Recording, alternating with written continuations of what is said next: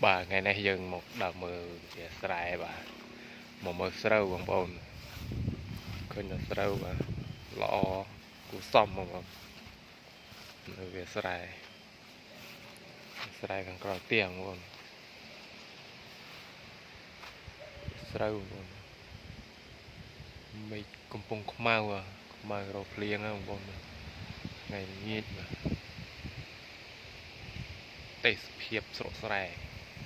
sọtสะอาด មែន តែនបងប្អូន ស្រស់ស្អាត មែន តែន មេឃកំពុងរកភ្លៀងបាទនៅកណ្ដោគឺមានស្រះបាទស្រូវយើងក៏ស្អាតធម្មជាតិបងប្អូនស្អាតមែនតែន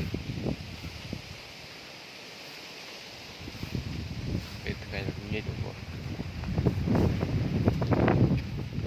ឃើញថាស្រស់ស្អាតតែ